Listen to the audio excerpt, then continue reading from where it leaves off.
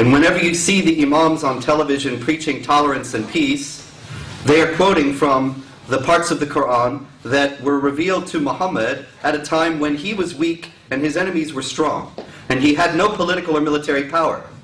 So he was not actually preaching tolerance and peace of non-Muslims. He was asking for tolerance and peace for them. He was asking to be tolerated. Same as what happens now. Precisely. That's the stage that we are in now in Europe and America. So in other words, when there's a small group of Muslims without political or military power, then they preach tolerance and peace. Just like Muhammad did when he was a small group in Mecca and didn't have political or military power. When they begin to gain military and political power, then they become more aggressive. The political elites in Europe and America, I increasingly think they want this. They want Islamization. Because if they didn't want it, they could do something to stop it. But everything they do is to foster it, and everything they do is to keep it going. I believe we are now moving from the first stage to the second stage in Europe, and in America to a lesser degree. And that ultimately there will, of necessity, come the third stage as well. And this will be open warfare. It's a very sad situation, but if we stand down now, then the game is already over. Islam is not simply a religion, but it is a whole system. You may think it is only a religion, but it isn't. It has another component to it. It is also a state. What does it mean that it is Islam is a religion and a state? It means that it is a whole system. In other words, if you were to imagine your life, because what we are now talking about is life and religion. If you are talking about a life, this is a non-Muslim view of life.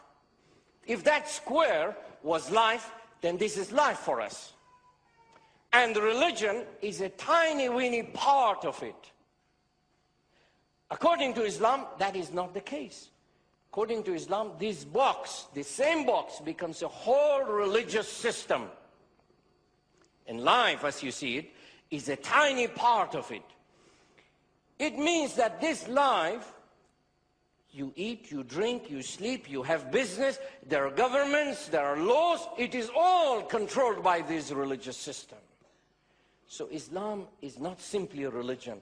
It is a whole encompassing system. It is a socio-political, socio-economical, socio-religious, educational, legislative, judiciary, militaristic system, cloaked and garbed in religious terminology. It is a whole thing. Everything that a Muslim does is according to this system. Everything is encompassing. It is a whole system. Islam is a principle. Islam is a comprehensive system. Islam is a law. You may call it a religion. I don't like to use that word. It's too restricting.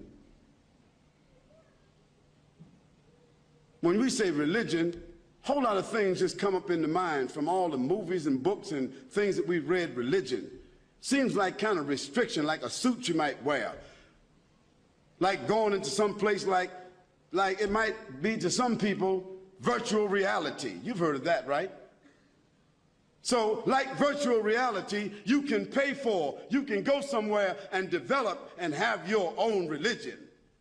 But Islam is not like that. No, it's not like that. Islam is a law. Islam is a system. Islam is a legislation. Islam is a regulation, and therefore it has dimensions by which you can determine and identify it.